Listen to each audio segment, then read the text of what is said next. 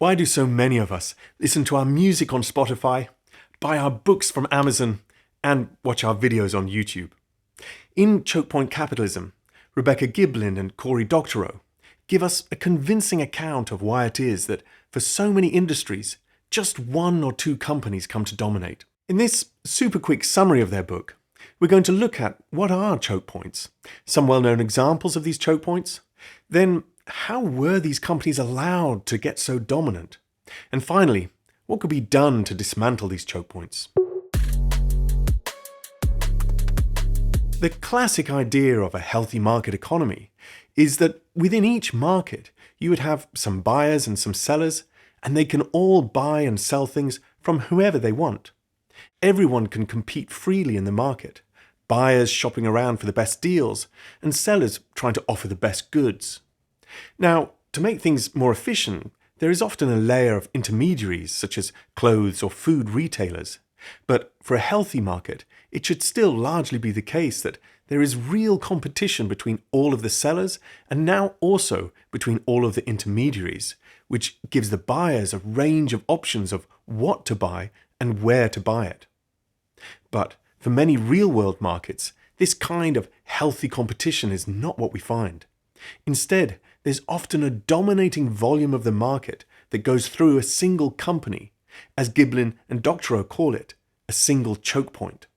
Now, nearly all of the buyers buy from the choke point, and therefore all of the sellers pretty much have to sell to the choke point if they want to reach the buyers.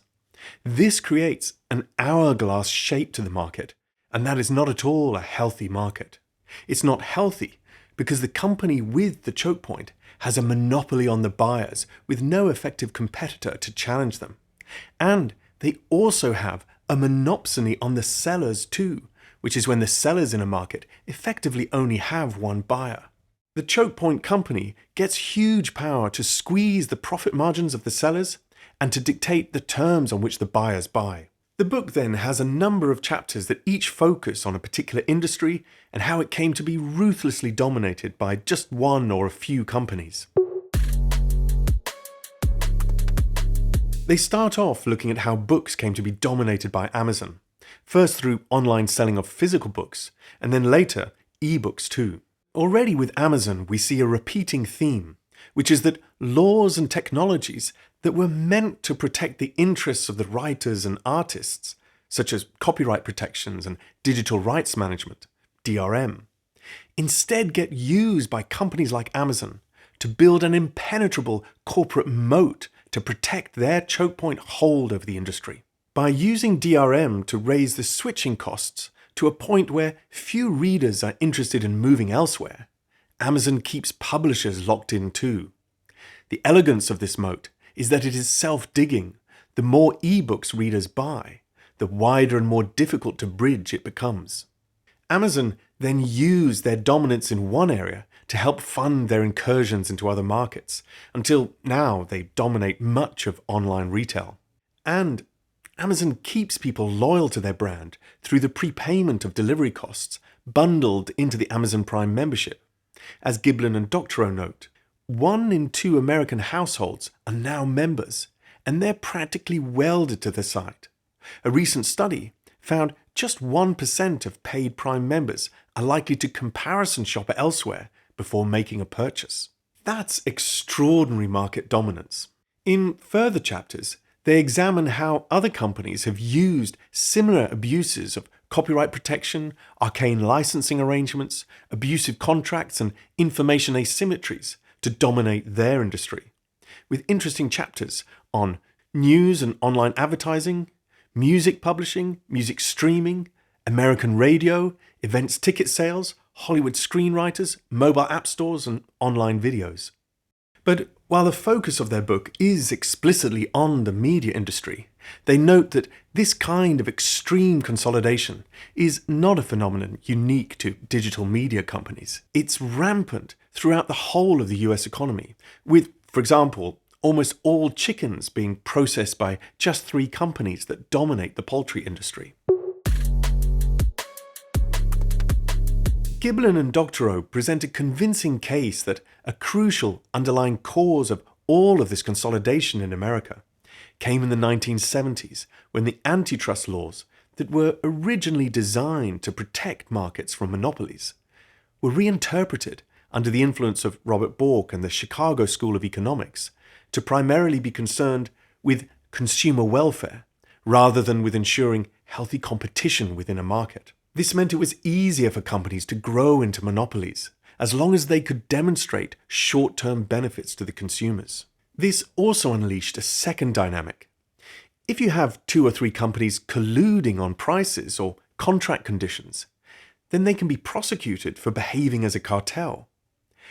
But if they merge into a single legal entity, it becomes perfectly legal for this larger company to impose the exact same conditions on the market. So, as long as they could argue there's a benefit to the end consumer, then this kind of merger to dominate a market would now be allowed. This new theory unleashed a powerful, slow-moving glacier of monopolization upon the world in the Reagan eras, and it has now scraped away nearly all the beautiful and lively things in its path. In reality, the longer-term interests of the consumers are not at all protected this way, let alone the rights of the workers in these industries.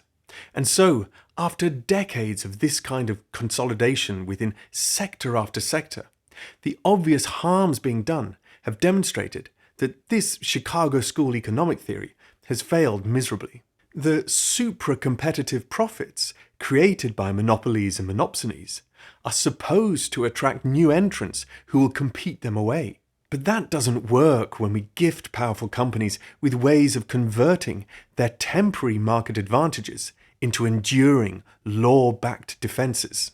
And so, unlike some others, like Yanis Varoufakis, who places so much emphasis on cloud-based data and algorithms in his book Techno-Feudalism, Giblin and Doctorow, in contrast, are noting that while the impacts of particular technologies matter, it is often more important to understand the regulatory and legal framework that has helped these companies to build and then maintain such dominating choke points. Some insist the platforms themselves are the problem, and the fact that we have pointed to Google, Amazon, and Apple above might add to that impression.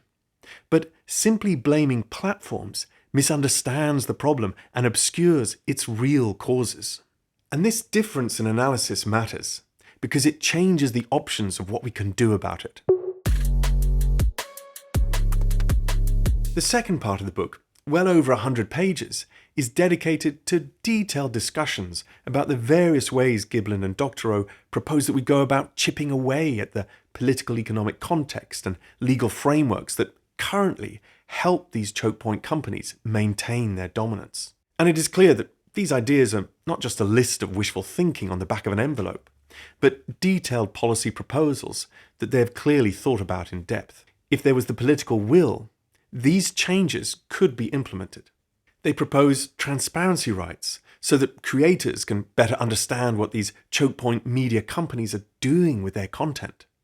Collective action so that individual creators and workers are not so easily taken advantage of. Changes to the copyright laws so that copyright actually benefits the artists and not just the corporate owners of huge back catalogues. They argue for radical interoperability so that people can move their own data onto other platforms and build their own digital tools in a way that returns agency to individuals and allows new entrants to emerge into markets despite the wishes of the tech giants. They also explore the benefits of minimum wages and collective ownership, noting that the well-known Associated Press has been running successfully for 150 years as a non-profit cooperative.